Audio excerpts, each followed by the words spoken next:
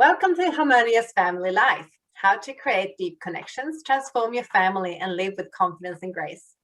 My name is Ulrika Bilby, and my mission is to transform families and help them creating a harmonious family where we all can thrive individually and together, using our strengths and unique skills.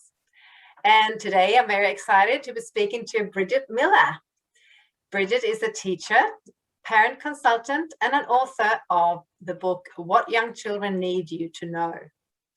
And she puts together both developmental science and practice to create love and understanding for the child. Welcome and thank you, Bridgett, for being here today. Oh, thank you for inviting me, Ulrika. It's a pleasure to be here with you. Yeah. Oh, we're going to have like a lovely conversation today, I feel, something that's, very heartfelt. We're going to talk about conscious parenting. And we all want what's best for our children. But how do we show up and see them so that we know what we can do for them? That's what you're talking about. So before we start, why don't you just briefly talk a little bit why you do what you do and what's your passion? Well, of course. I actually started my journey as a preschool teacher. I then moved into special education and then psychology. And it was only after all of that, I had all these pieces of paper on the wall that said I was ready. I had my own two girls. And I often laugh and say that's when the real learning began. Because it's one thing to know a lot of stuff. It's another thing to connect all of that with what's in your heart. And I think it's becoming apparent when you have to show up all of the time that you begin to figure out how you're going to do it.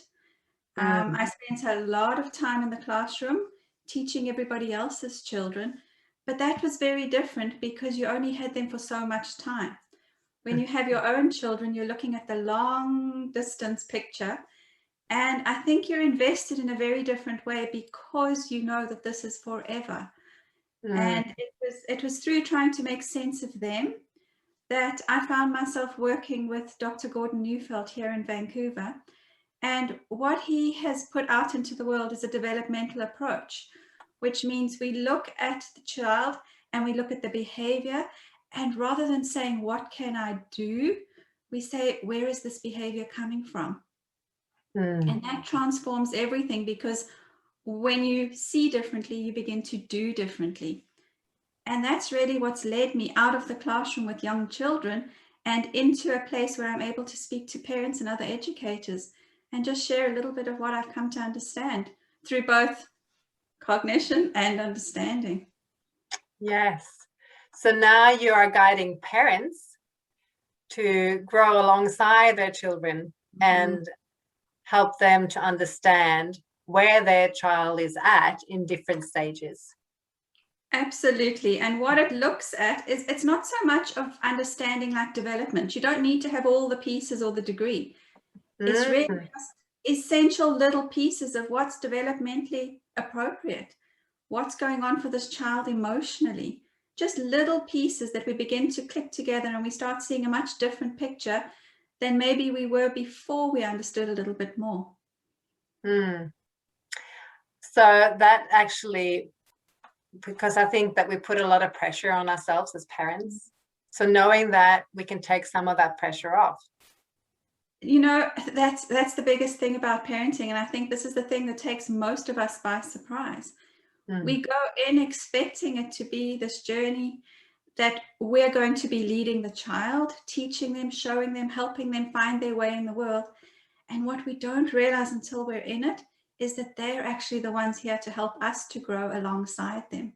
I think that's where this whole idea of developmental science and conscious parenting intersected for me. Understanding that this is a journey of the two of us together and we're both here to help one another. So would you say, if you were to explain conscious parenting, how would you explain it to us? Well, conscious parenting, I think, is a relatively new term out there in the world. Yes. I think it's misperceived by a lot of people as being something really woo-woo and out there. It's a term that's been put out into the world by predominantly, I would say, Dr. Shefali Sabari. She kind of I think, was the one to really coin the term conscious parenting. But what we don't actually know is many of us are already conscious parenting in the way that we're interacting with our children. And that was very, very true for me. I went to a talk by her, and listening to her speak and hearing her say what this was, I was like, oh my gosh, that's me. Oh my gosh, that's me. And what it was is it just put a word to how I was feeling and how I was trying to parent. So the two main areas really are the roles that we play, our role as a parent and then the role as a child. As I said, we think we're here to teach them, but they're here to teach us. But that takes a lot of openness and vulnerability, because one of the things I love to say is the children that stir us up are the ones who are here to wake us up. Wow. When we're able to show up in the space where we realize this is not about controlling them or making them do anything, this is about connection and relationship, it pulls out of us a different kind of caring, because we're no longer parenting from a place of fear. It's more from this place of wanting to find our way with them in a way that doesn't harm the relationship. And I think deep down, that's every parent's wish. But we live in a world where there's so many tricks and techniques and things you need to do to children. And when we follow these techniques, what happens, it often pulls us away from our natural intuition, our gut feel of what's right and wrong. And we do to children things with the hope that it's going to shape them into who we think they need to become. When really we need to sort of step back and go, okay, how can I be with this child as they are right now in order to help them to learn and to grow in a way that's not harmful or hurtful, and it doesn't damage the relationship. It sounds very beautiful and also simple but complicated at the same time. I think that's what probably puts parents off, because it sounds very much like there's the secret recipe of what you need to do, and there is and there isn't. You know, it's how we begin to shift and see our child. They are here looking to us for guidance and direction. That's how they are born. That's how they arrive. That's part of how they will survive. And when we take our role as one that's maybe been passed down to us, which is that we need to be in charge and we need to be the controller and we need to make them, we bring a very different energy to the relationship than we really ought to. Yes. Yes. So I was thinking, when you say that, I feel like what we're bringing is the energy that will easily clash with our children instead of come alongside. Yes, and this is, I think, where we're living in a world where we do get misled by a lot of the terms that are out there, you know, peaceful parenting, gentle parenting, all these things. They all have the same underlying intention, which is to guide and direct in a way that the child will best learn and grow. But I think we misperceive all of these things as meaning there's never going to be any of this. And there has to be. In all relationships, we're never going to have this truly Zen, peaceful home. I think that's the first thing we need to get rid of when we think of conscious parenting. Conscious parenting means we show up and we're in whatever is unfolding in front of us. And sometimes it's big and it's loud and it's messy. But that's part of true growing. And that's where understanding a little bit of how our emotional system works can serve us so well, because growing is often big, loud, and messy. You know, there's also this idea of being a conscious parent means you let the child lead and you let them do whatever they want. That is not a good, safe place for any child to be. Our purpose of being here is to guide and direct, which means we need limits, restrictions, and boundaries. Yes. So anytime we put a limit, restriction, or boundary in front of a child, we're going to get pushback. That's no accident. But how they react pulls us into that space of needing to be more mindful of how we're feeling and awareness of what it triggers inside of us. And that's when we get to that place, we begin to shift our reaction more into a response, because we don't make it all about what they're up to in front of us. We start also paying attention to what's going on inside. And when we can make space for their big behaviors and acknowledge how it's making us feel, that's when we're really on the journey to figure it out together.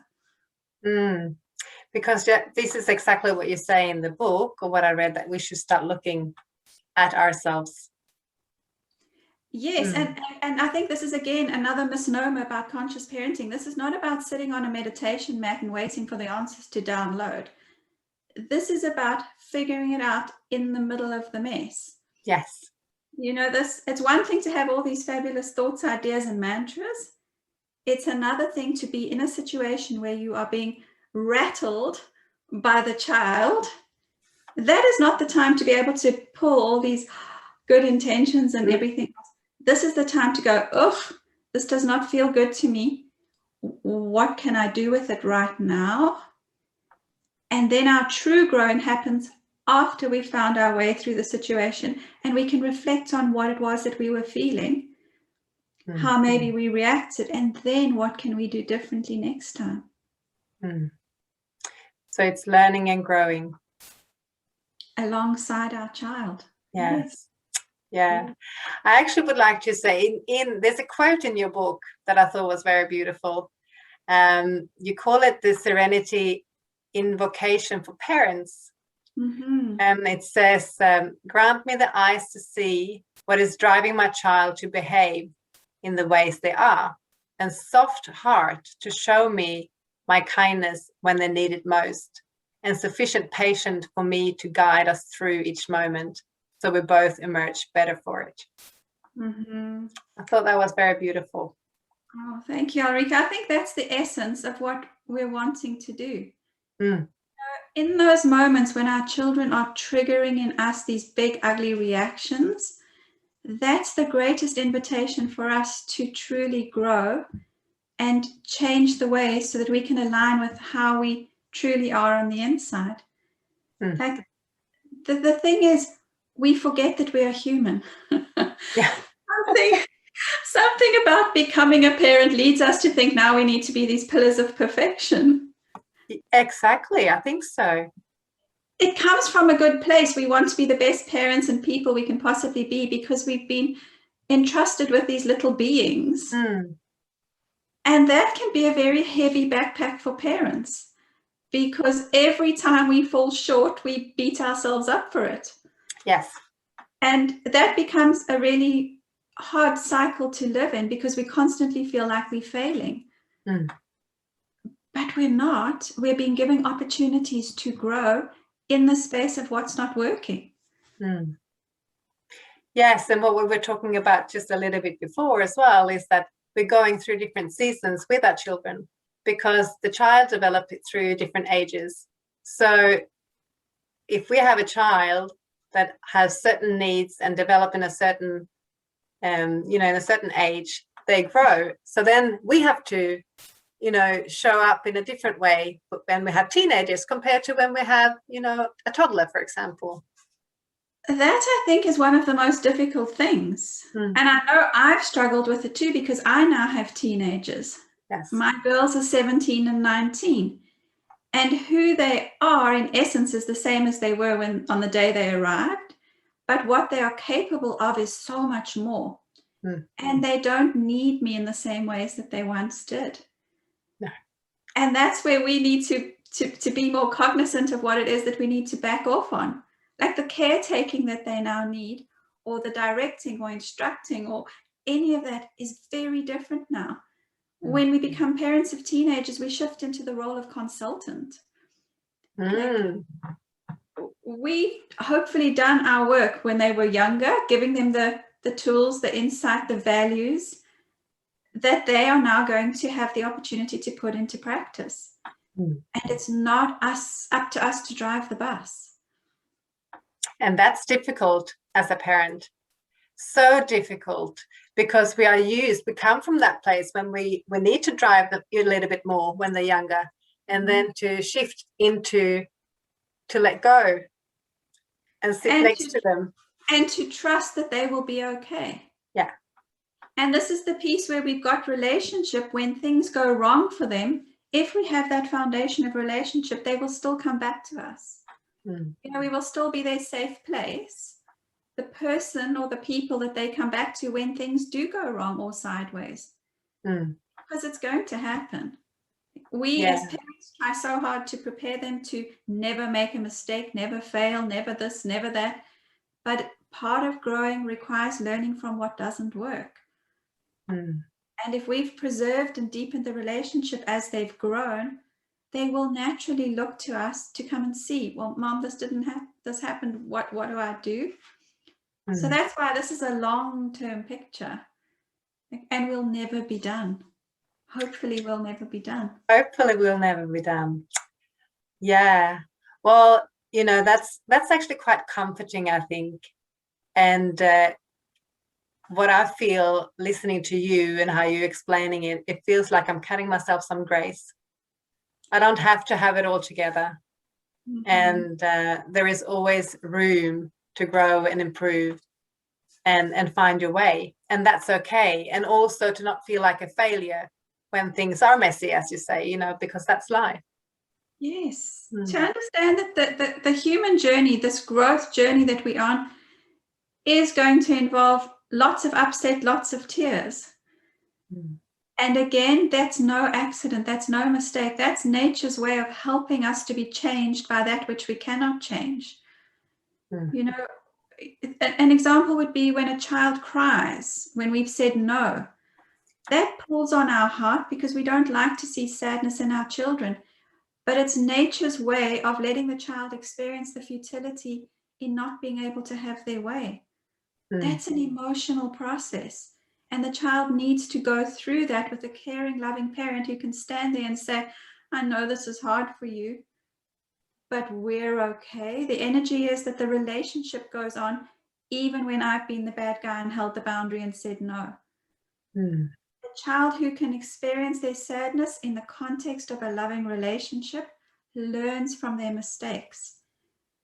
And that's where, when we can appreciate how the emotional system works, again, just a little bit, but understanding that nature has a plan and we can come alongside it and be the ones to support them as they grow.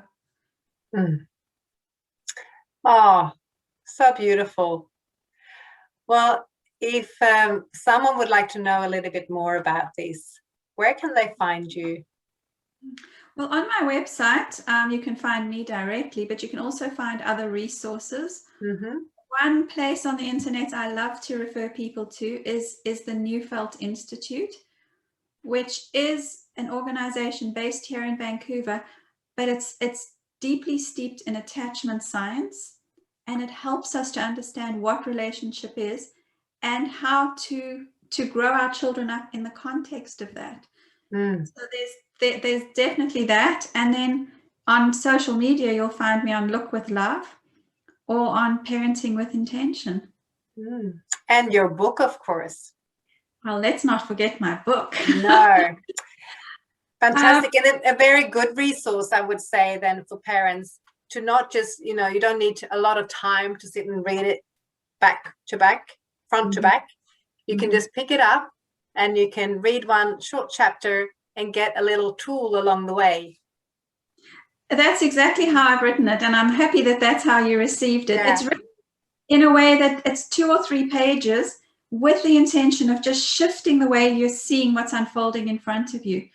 Yes. So what's in there is rooted in developmental science, but there's a little, here's what you can do, short chapter, which aims to help shift the way you're seeing the behavior so that you, as the caring adult, can show up in a different energy in order to help your child work through it so that you both come out on the other side better for it. Oh, beautiful. I love that. Well, thank you so much, Bridgett, for being here today and sharing your knowledge. And, you know, this is something that I think that if we all just got hold a little bit of this and cut ourselves some grace and not be so hard on ourselves and learn that we can grow together with our children, we will come a long way. So thank you. Thank you, Ulrika, and thank you for putting it in such a beautiful nutshell. That really does say it all. Thank you for having me here. Yeah, thank you. And thank you everyone to listening to this conversation. And I'll see you again. Bye.